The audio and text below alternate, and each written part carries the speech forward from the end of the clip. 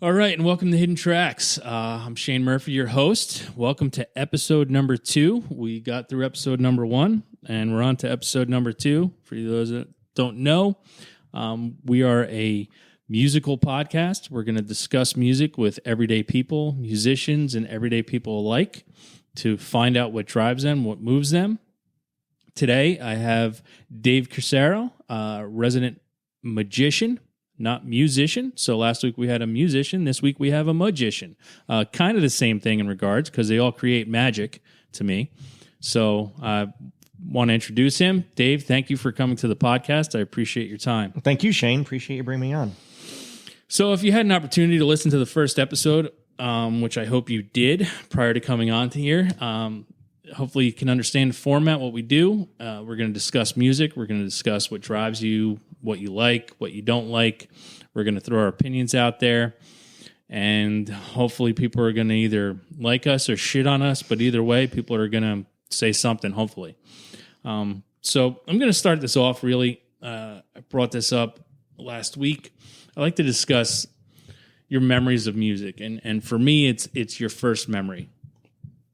I talk about it a lot when it comes to when you're a kid.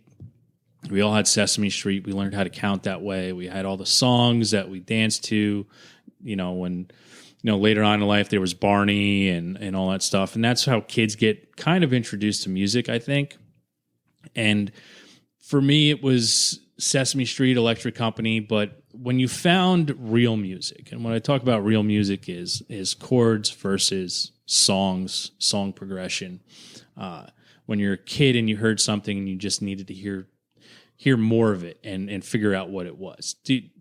When you were growing up, do you have a musical memory that's something that just was like, you're a kid, you don't know what you just heard, but it's something that pushed you to need to find more as a small child that was different than anything else you'd ever heard before that made you go forward? No, it's a great question. And for me, it was a very sort of different approach.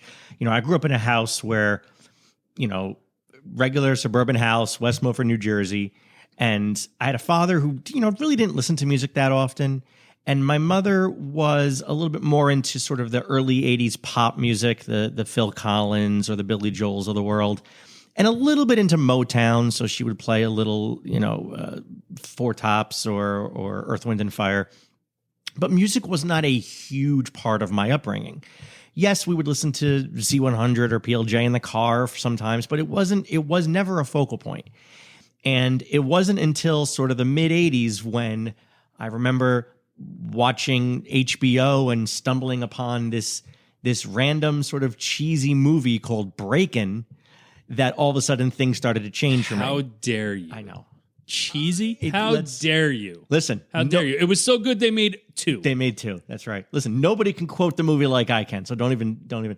I do appreciate it, but that was my first ever exposure to any kind of a hip hop rap genre.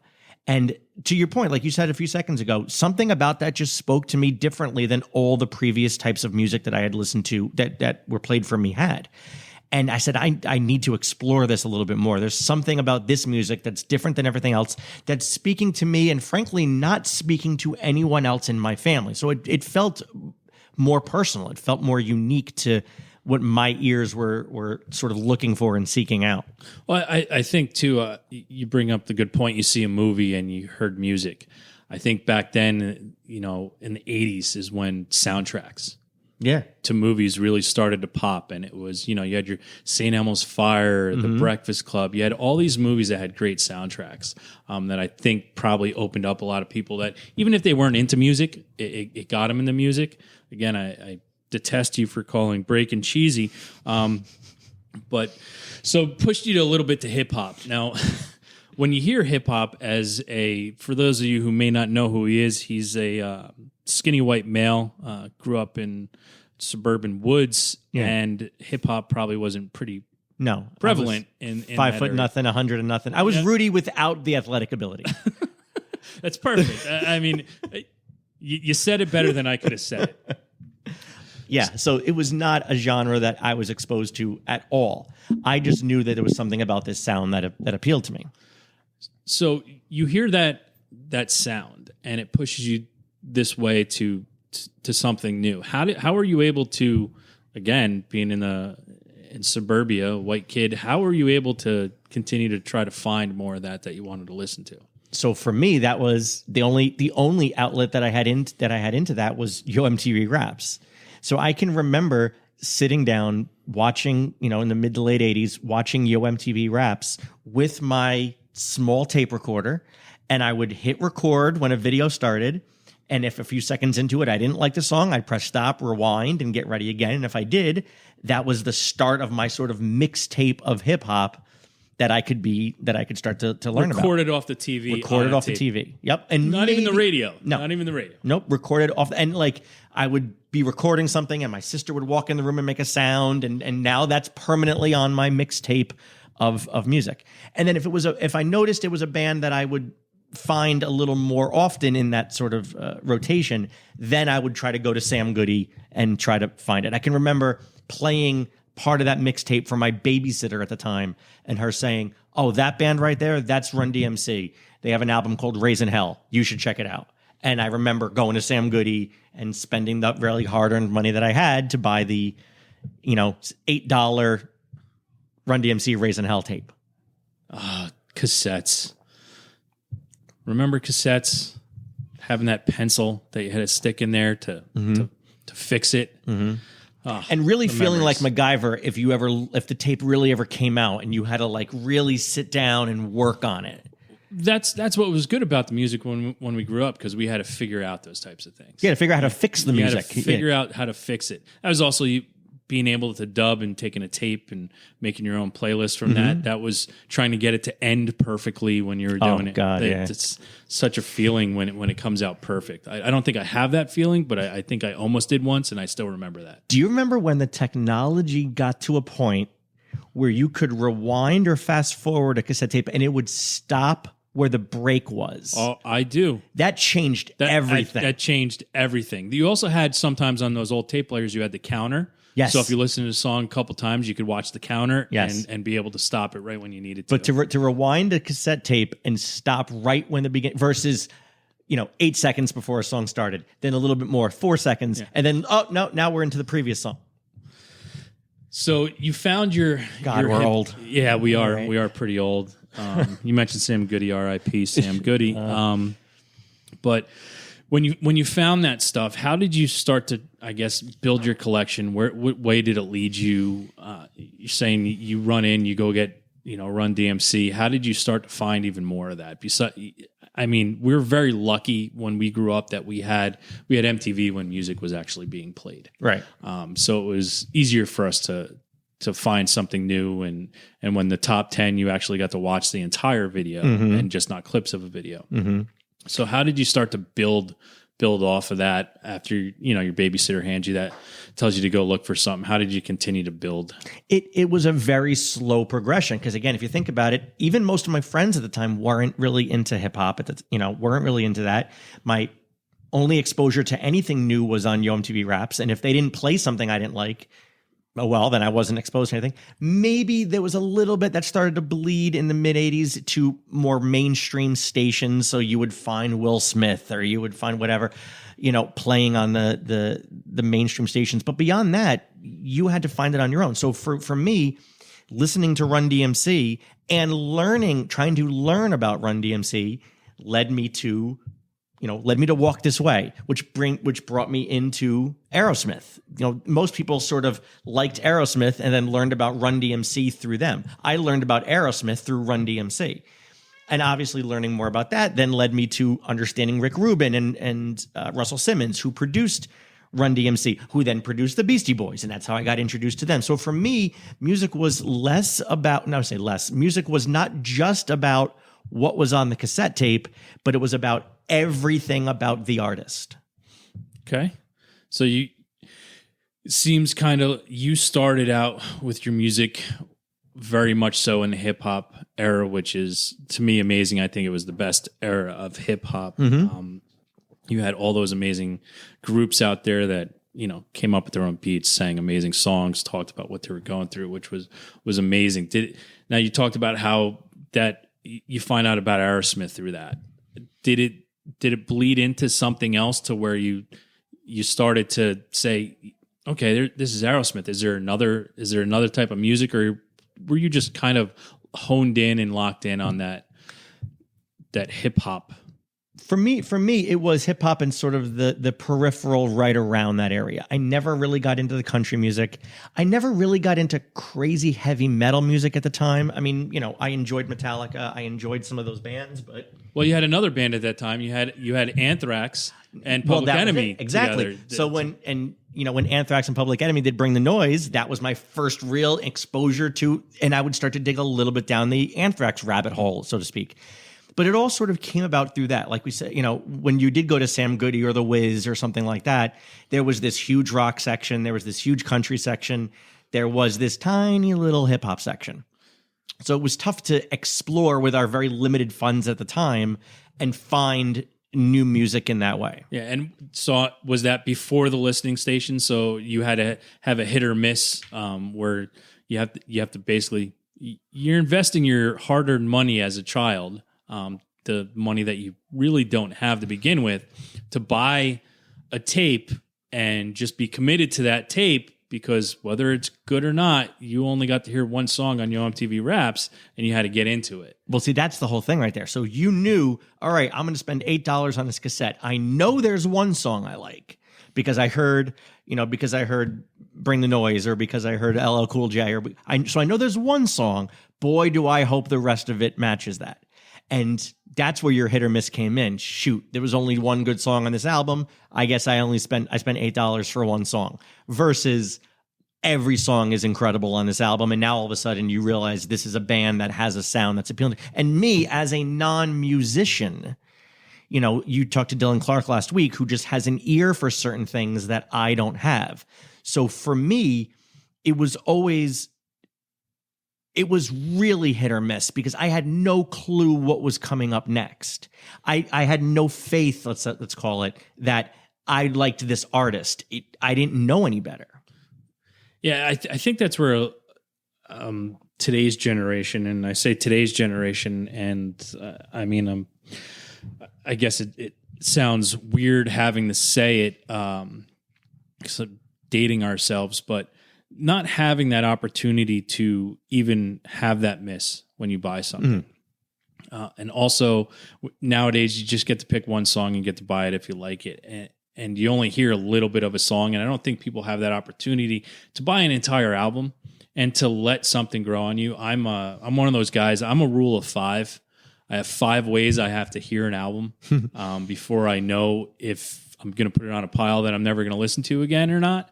There's the driving way, the mowing the lawn way, the at a party way in the background. I have to listen to something 5 times to give it a chance. And I think we're missing out a little bit on that in today's generation. I think a lot of bands, and I mean, there's so much music out there, and I think there's more music and more songs than there are people to listen to it. But I also think that there's so many great bands and so many great songs that people don't have that opportunity to listen to, because they just won't buy the entire album. They hear one song and that's what they're going to buy. And I think it was for our generation, where I'm sure if you look at people's music they have in their house, they have full albums, they have full CDs, and they'll listen to the whole thing. Right. And I think that as different. And I think that probably started to change too with the listening stations that they had at stores and everything, because you'd be able to basically, you didn't have a minute and a half preview like you do on iTunes or something now. You got to listen to basically the whole album if you wanted to. You could go in there and listen to the album and be like, all right, yeah, no, I'm not going to buy it. But you just spent, 48 minutes of an album in a booth or sat there with headphones on. Yeah, I remember, that was Cartridge World on Route 46 in Totowa, New Jersey, where you could, pay whatever it was, call it $10 a month, and be part of their CD club. And that allowed you to literally open a brand new CD, go into a listening booth, listen to as much as you want. If you wanted to buy it, whatever, instead of it being $10, it was $8. So you got this big discount. But that was a huge deal, because now you got to really listen to the entire album start to finish. And it wasn't that sort of crapshoot of whether or not that one song, whether it was a one-hit wonder or it was an album that actually had a full list of songs. For me, think of Young MC. So there was Bust a Move, which was a fun, party, cool hip hop song at the time, and everything else on that album was not like that. Yeah. So if you bought Young MC's Bustin', you bought Stone Cold Rhymin', I believe was the name of the album. If you bought that, there was, maybe one other kind of decent song, but that was it. Whereas Run DMC Raising Hell or Beastie Boys License to Ill or whatever it was a whole album as good as that first song.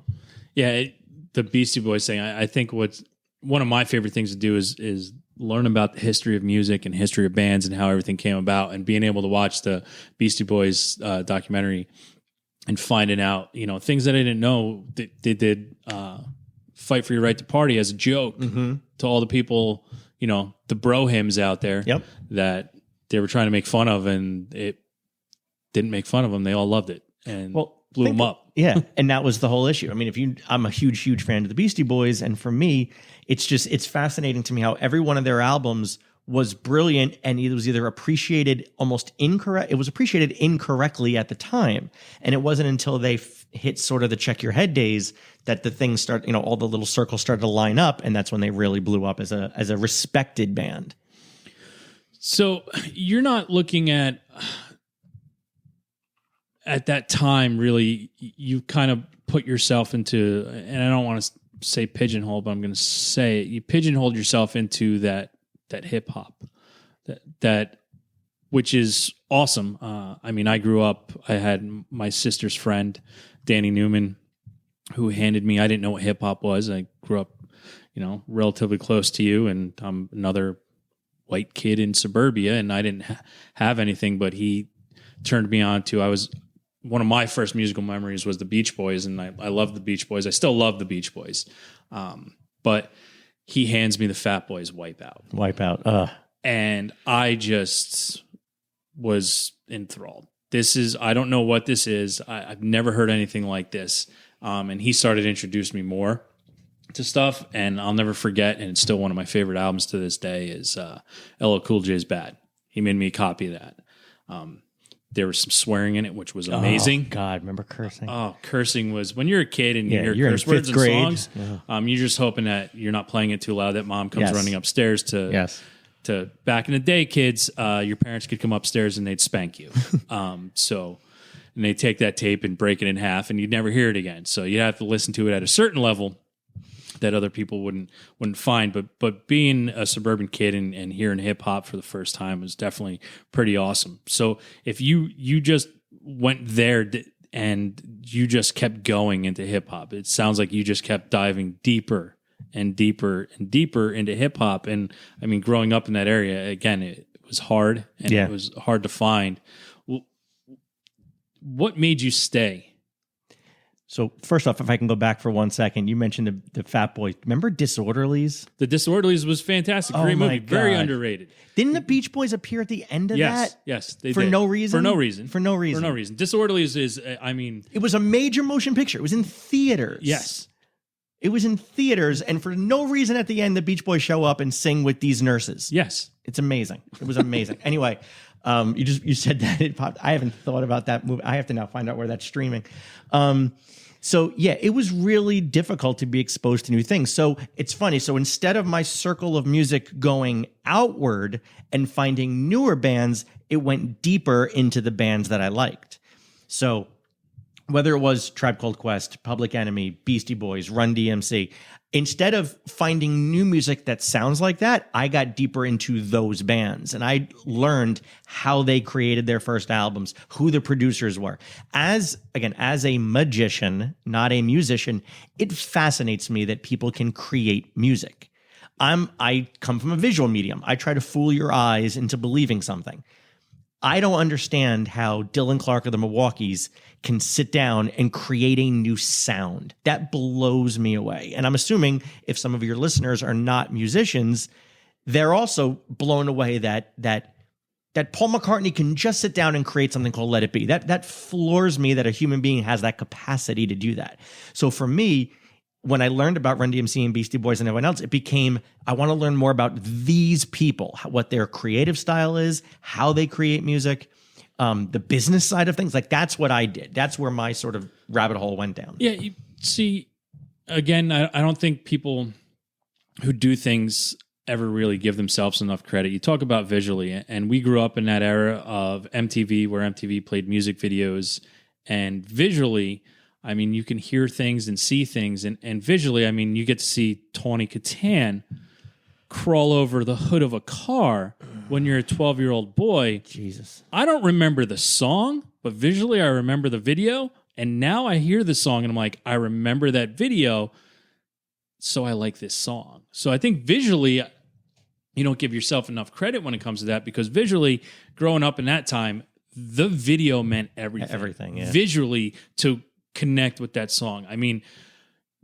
Guns N' Roses is one of those bands that I always go back to, and talked about it last week with Appetite for Destruction as a perfect album, and I have to take that off every time I want to talk about perfect albums. But I don't know, when November Rain came out, I still don't think that's a great song. But that video... The video was incredible. Is incredible, and it makes me actually like the song more when I hear it, because I remember the video. So visually, I don't think you give yourself enough credit when as a Slash magician. walks out of the church, and then it cuts, and the church is this tiny little thing. It's fantastic. So visually... The wedding dress being so short. It all goes... I think it all goes together when it comes to that. I just brought that up, so I want to... about perfect albums, and it's something that I want to talk about a lot on this. This is where this whole idea spawned from. It spawned from us sitting around a bunch of guys, and we'd always argue about music, talk about music, and we'd always compare albums and talk about perfect albums. And for me, perfect albums is from song one to the last song on the album, that you're not going to skip a song, and you're just going to keep going over it, and you're going to listen to it. And to me, that's what a perfect album is. So I'm going to ask you, what is your perfect album? When you want to grab something and it's a perfect album, you're not going to skip a song. You're just going to go right through it from one to the last. What's your perfect album? So I'm going to cheat a little bit on my answer here, because I do have what I consider to be a perfect album, but it is not a flawless album. And the reason why I'm saying that is because of the fact that I think my history goes deeper into beyond just the songs, but how the entire album was created and what the band was like at the time. I'm going to say that a perfect album was Beastie Boys' Ill Communications. It was their fourth album.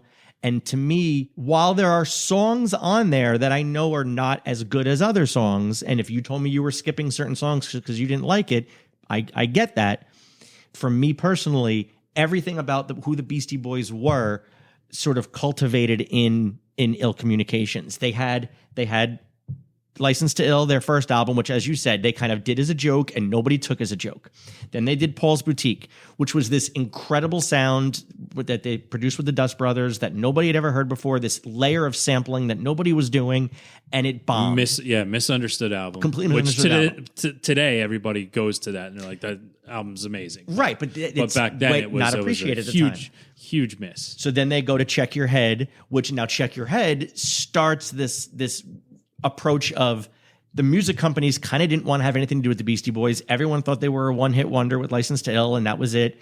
They kind of just leave them alone, and the Beastie Boys take their money to create their album. They build a studio. They build a half pipe. They build a basketball court. They have their friends come over, and they just start creating their own music the way they want to do it. They don't care about commercial success, and they create Check Your Head. And Check Your Head has a few hits. Now people are starting to look, and it all sort of comes together with Ill Communication, where you've got incredible sounds on there where they were sampling their own music at times, something that nobody was ever doing.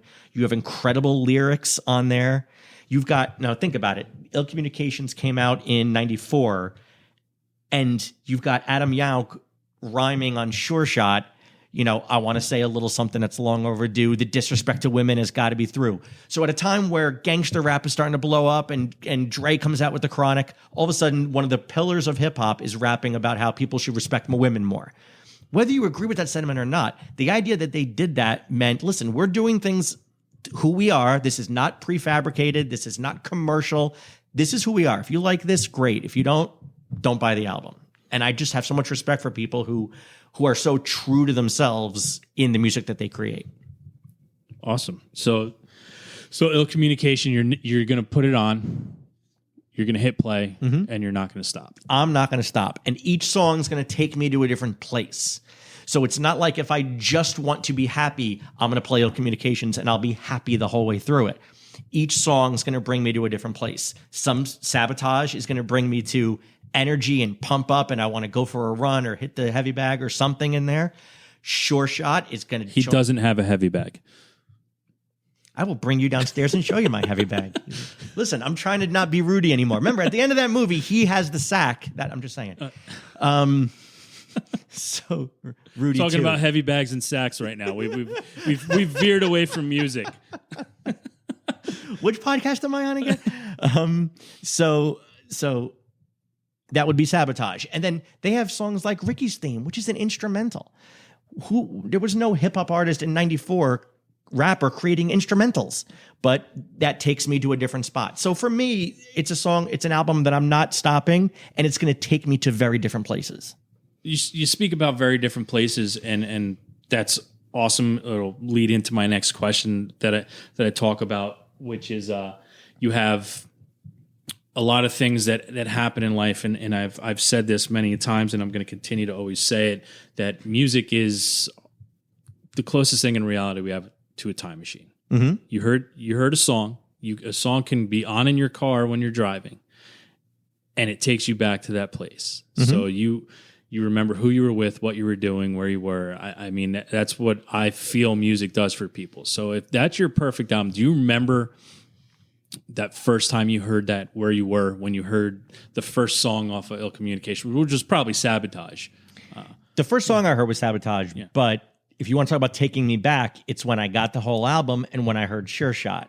And then there's a song later on in the album called Update, where it's just Adam Yonk rapping about the social issues of the time that he wants to address. Mm-hmm. Now, again, as I said earlier on, for the skinny white kid from West Milford, New Jersey, who wasn't crazy athletically gifted, didn't have magic yet. So I didn't have this other cool kind of fun hobby that I could dig myself into. And who wasn't into, like, I didn't get into hip hop to be a gangster or to be hardcore. I don't know what it was about hip hop and rap, but I wasn't dressing like a rapper. I wasn't that kid. Mm-hmm. But something about the genre spoke to me. So when I heard Sure Shot and he was rapping about things that I felt were important in the world, all of a sudden it became, oh, wait a minute, this can be what hip hop is. It doesn't have to just be. Now, did you have any kickback since you were that was what you were listening to? What were your friends listening to? Did you have any kickback to try to say, hey guys, you really need to check this out?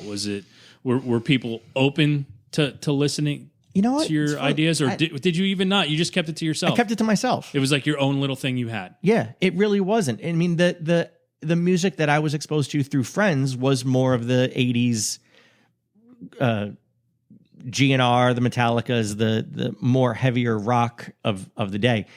Hip hop was just kind of something I did to myself. Maybe because there wasn't one or two other people that were so outward with it that I felt comfortable going, oh, okay, you got this with me. So it was just something I kind of kept personal. It was just, especially when it came to the Beastie Boys, because they weren't even the bigger rap that was blowing up at the time, the Chronic or even earlier than that.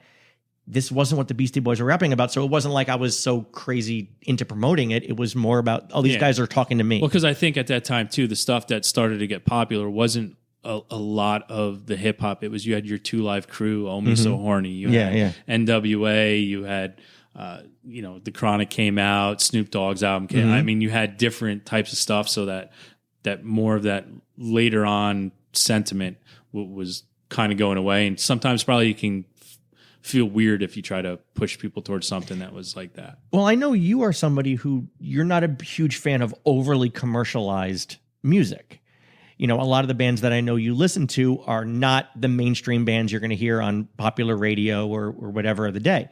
So correct me if I'm wrong, Shane, but I think one of the things that you appreciate are people that are very true to themselves in the music that they produce. Absolutely. And it's not that, I mean, mainstream music, to me, sometimes it becomes, I'm one of those people, I really appreciate a good song. I always say a good song is a good song.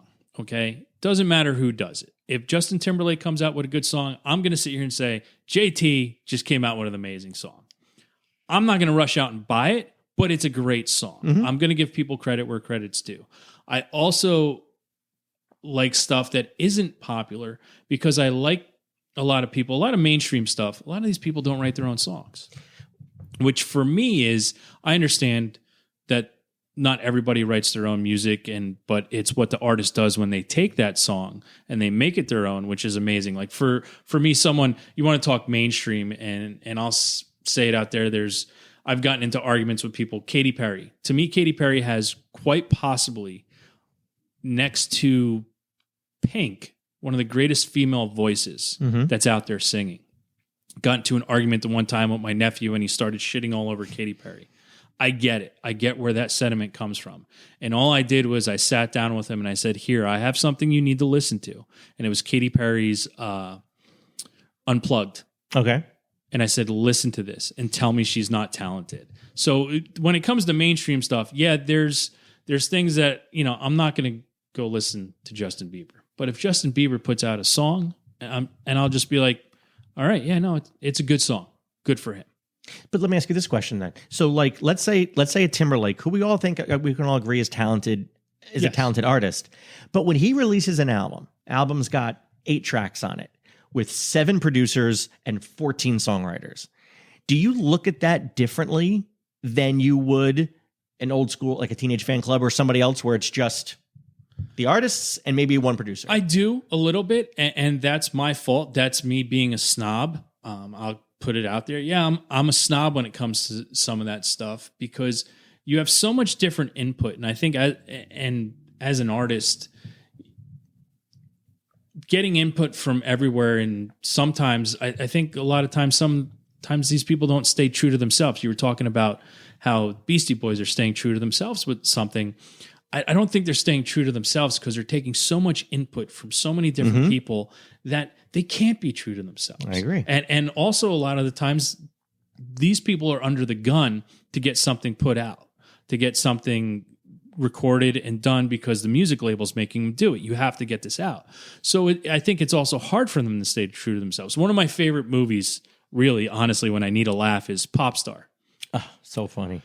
And that when Connor For Real comes out with his second album, he goes, I'm going to make this awesome. He has 500 different producers on it. And that's the kind of thing. And it's kind of real. It makes it real that people do that. Yeah. And it's hard for them, I think, really to stay true to themselves. That's why I do look at it differently, because I'm not getting them. Right. I'm getting 15 other people telling them who they need to be. And that's where, when it comes to music, I am more into that indie stuff that hasn't broken. And when stuff does break, I'm happy for people. And I think it's great when that happens. But yeah, I'm a snob. I really am. I would say I'm a snob when it comes to music, because I do look at it differently. And, I could be 100% inaccurate in feeling that way. But that's my perspective, and I'll stick to it, and I don't give people a chance. But again, I'm never going to deny when there's a good song. Taylor Swift's new album came out. There's some good songs on that. I'm not going to rush out and buy it, but I give her credit. She's one too that I give credit to. She writes her own stuff. I have to give her more credit. I have to give her more credit than I'm going to give somebody else. Exactly. And it's a hierarchy, and it's if that makes us snobs, fine. But if you write your own music, you get a little bit of a bump from me. If you play your own instruments, I'll give you a little bit more of a bump. It's not night and day, but it's enough to give me just a little push towards respecting the band more. I agree completely. And again, I'll call myself a snob all day, and I'm not ashamed to admit it. I do like the stuff that people make themselves. I'm a huge fan of that. I have a lot more respect for that. But that's my feeling on it. And again, that's why this podcast is about opinions, and that's how. Yeah, but it doesn't have to be just the non-mainstream. I mean, Billy Joel writes all his own music and plays his piano, and I mean, he's phenomenal. He's one of the greatest of all time. And he's as mainstream as can be. Great. I think that's awesome. I give him a ton of credit for being a gifted artist. And just like I would give the Beastie Boys or Run DMC or the bands in the hip hop genre the same kind of thing. So we just started talking about and we veered off onto this so I have this big thing with overrated, underrated, and it comes to there's overrated bands, there's underrated bands. I have the big thing where I push a lot of the times where a band can be overrated and underrated at the same time. My go-to usually with that is Third Eye Blind. Third Eye Blind, all their hit songs were, to me, they were completely overrated. I think they were some of the worst songs that they made. But if you listen to the entire album, and again, when we were growing up, you had to get the entire album. Right. So I had an opportunity to listen to all the other songs. And I think all their other songs are completely underrated. Yeah. And I think they get shit on because of Jumper and the songs that made it big. Yeah, the Blue album is phenomenal. Yeah, Blue album, Vain, they're great. They're fantastic albums. So is there something out there that you think is either completely underrated or something that was overrated and underrated? What is... It falls into both categories, so to speak. So like on the hip hop side of things, I mean, Run the Jewels is a band right now that is starting to blow up a little more and more. They've got 4 albums out. Their 4th album just came out a real short time ago. Wasn't their best. Their 3rd album was definitely their best, but this is a hip hop band that was sort of has the older school ties to it. It's not the current sort of mumble rap that's out there where you can't understand a single word anyone's saying and it's all synthesized and whatever else. And they're singing about their teeth and their sneakers and their girl's big butt. Yeah. Right. Yeah. It's their first record, yet somehow they've got all the money in the world. Yes. You know, they're not like that. Killer Mike is one of the rappers on there, and he raps about social issues that are important, and they've got a really cool, unique sound. So if you're not listening to Run the Jewels, check that out. Tommy Morello, who was the guitarist for Rage Against the Machine, he's got a ton of solo stuff out there that's really good. So if you are a fan of the Rage Against the Machine sound, or even just any kind of the hip-hoppy guitar sounding music that's out there, dig into some of the Tommy Morello solo stuff. He plays a lot of beats on a guitar. Yes, he really does. And I remember seeing interviews with him where he kind of showed how he gets these weird sounds with the reverb. And again, as a non-musician, blows me away, but awesome stuff. So check him out. And then when it comes to more rock music, one of my most underrated bands is Live. Live, blew up huge with Throwing Copper. Throwing Copper had I Alone. It had Lightning Crashes, which I think is an extremely overrated song. But the further down you dig into the catalog of Live, the better they are. Ed Kowalczyk's got a killer voice, a real unique sounding voice. And I wish I had, copyright to be able to play the beginning of Lakini's Juice. I think it's one of the greatest beginnings to a song. Yes. I mean, ever. And that was their 3rd album. But Secret Samadhi, that was a great album. But that beginning of Lakini's Juice, if you can't get into a song at the beginning of that, I mean, there's something wrong with you. Yeah. And I mean, White Discussion was a great song. And the cool thing I also love about Live is if you listen to their songs from the Mental Jewelry, Throwing Copper days, all the way up through Birds of Prey and, Dolphins Cry and stuff like that, you actually hear him, how do I say this? You almost hear him changing his mind. You hear him rapping, Jesus. You hear him singing about certain things earlier on. Then he gets married and has kids, and then you hear him sort of changing a little bit about what some of his lyrics are about. Well, he matured. He matured and changed, and that's cool. That's a good thing. Again, as we said earlier on, you're being true to yourself at the time, and I respect that. So dig into Live's catalog. They've got some great stuff. I'll put it to you this way, since I'm a huge music fan, so one of my wedding gifts to everybody there was I made a mixtape. It was a mix CD, and the first song on the album was a Live album. That's how we opened it up. So yeah, they're a great band to look into and check out. So my other thing that I like to talk about and I like to find out about people, and I cannot stress this enough, that I need honesty. People will try to hide it, but I need honesty when it comes to this, and it's guilty pleasure.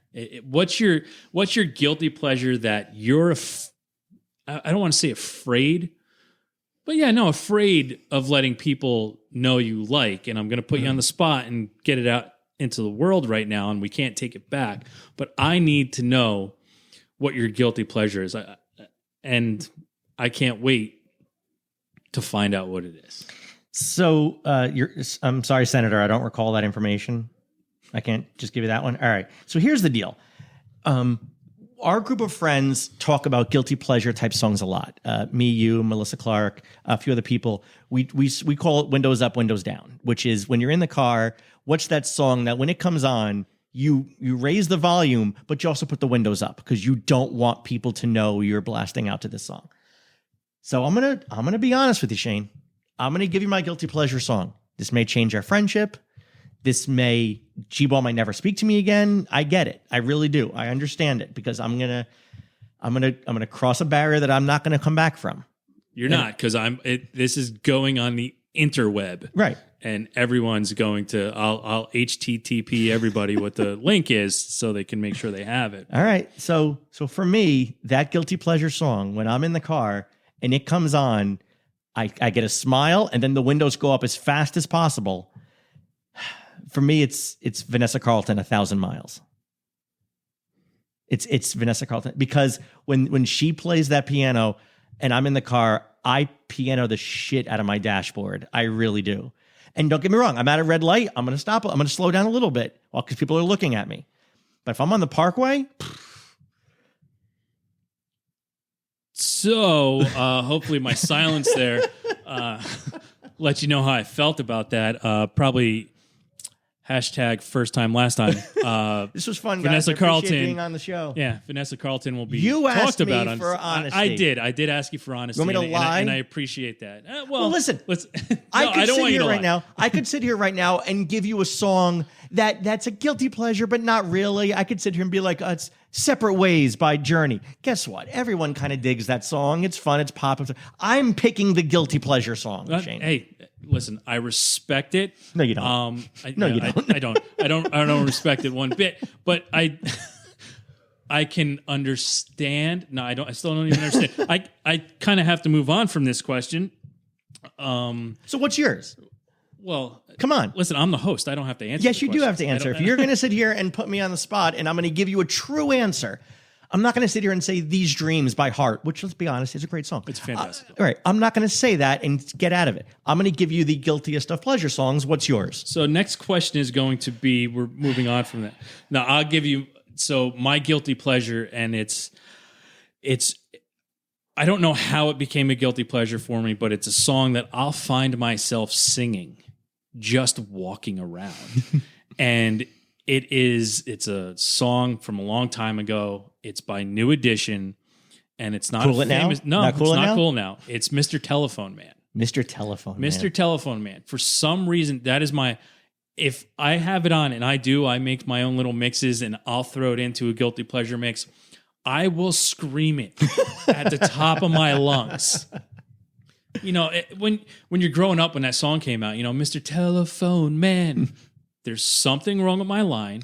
I dialed my baby's number. I get a click every time. Now, you were talking about hip hop. You want to talk about hip hop? That's legit hip hop right there. That is singing the truth. Right. Baby disconnected her number, didn't want to hear from anymore. That's my guilty pleasure. The guy in that song later on when they do Humping Around, like Yes, Bobby Brown yes, let that change. yes. Like there was a huge change, huge jump. But yeah, that's my guilty pleasure. So now I have that out there in the world. There you go. Not going anywhere. So we are coming in on towards the end of this, and what I like to do, and I want to end every week with this, is our weekly threes. Our weekly threes are going to be 3 things that you're listening to now. It doesn't have to be brand new, can be old, can be new, can be whatever it wants, but 3 things that you're listening to right now that you want people to try and get out there and listen to themselves and have a little fun with, or something they may not know about, or just what you're listening to right now, what you listened to this week, and what was on your big playlist this week. Okay. So the first one that I've been into a lot lately, actually I got into through you. We were sitting at your house a couple months ago having dinner, and you had music playing in the background. And I remember being extremely disappointed because a song came on that I thought was Coldplay. And I loved the song. And I hate Coldplay. And I remember thinking, damn it, now I have to say I like Coldplay because this is a great song. And you said to me, that's not Coldplay. And that's Matt Carney, who sounds a little like Chris Martin. He's got a little Chris Martin-esque in him. But, oh my God, he's got so many great songs. And I started really digging deep into his catalog. And the amazing thing, he's got a huge, huge catalog of music. And I would listen to 98% of it, and then the next day I have him on shuffle, and a song would pop on, and I would go, where did this come from? This is a phenomenal song. And it would make it into my... Yeah, he's a great artist, and I like when I have him on and I can turn other people onto him. Yeah. I think he's someone that needs to get a lot more credit for what he's doing. Yep. So that's been a lot lately. I'll kiss a little ass of your previous guest here, but it's true, which is I'm listening to the Milwaukee's newest album, The Calling, which is a great album. It is a really good album, and last week it wasn't in my top 3. It's not in my top 3 this week, but I've listened to it so many times, and it's so amazing that I'm not going to suck my guests off. No, it's just I understand. But yeah, the Calling is it's a fantastic album from first song to last song. It's amazing. I'm very happy for bands when they can do that and still continue to do. And then it puts me back through some of their older stuff again. So like I've popped in some of the albums that I haven't listened to for a few months and kind of get back into that. So that's number 2. And number 3, I'm also a very, very, very big fan of Peter Gabriel. I love Peter Gabriel. I love his, again, as an appreciation of somebody who can create music and create sounds that... Listen, I hope one day someone is on this show and says, "So is their perfect album," because I considered it. Yeah, I truly considered it. It's I when it comes to Gabriel, if you can't put on "So" and listen to it all the way through without skipping it, it's so funny you said that, because I literally said to myself, I'm going to go with "Raising Hell," Run DMC, Ill Communications, Beastie Boys, or "So" by Peter Gabriel.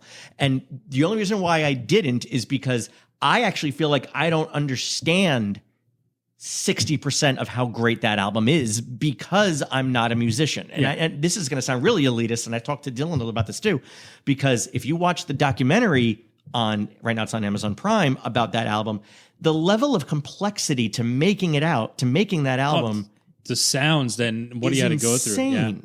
Yeah. So the reason why I didn't put it here is because I feel like there's way smarter people that can dissect that album way better than I can. But Peter Gabriel, "So" from Red Rain through In Your Eyes to everything else is just, it's insane. And if you go back earlier, Peter Gabriel, to even like Lay Your Hands on Me and Salisbury Hill, which everyone likes, it's a phenomenal piece of recording. All right. So your 3 are my 3 in order are again. Matt Carney, Milwaukee's Peter Gabriel. Great.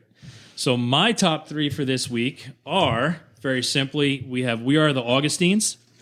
Fantastic band. There's actually a really good documentary out there on them that I think you should check out. It's kind of heartwarming. It's touching. It also shows a lot of where they're from, where they are. The lead singer is from California, moved around a lot. It's something you should really check out. City Mouth, another band, fantastic band. They're a little newer. They got like 3 albums out. Check them out. City Mouth. And then Senseless Things. I got back into Senseless Things as an older pop punk band, and I put them on this week, and I just went through everything they had, and I was like, wow, I miss it. So that's my top 3. I want to thank you, Dave, for being on today. I want thank you very much. Your time. Appreciate it. And ladies and gentlemen, just so we can all remember this, and next time you see him, Vanessa Carlton. So just remember that. But again, thank you so much. This is a Hidden Tracks podcast. My name's Shane Murphy. Please check us out on Spotify. You can find us. You can email us directly wherever you want. We're at myhiddentracks99@gmail. We're on Twitter at myhiddentracks1. Facebook, Hidden Tracks, Instagram, Hidden Tracks 99. And you can find us on Spotify. If you're listening to us right now, you're probably listening to us on Spotify. Again, thank you everyone very much. Have a great time.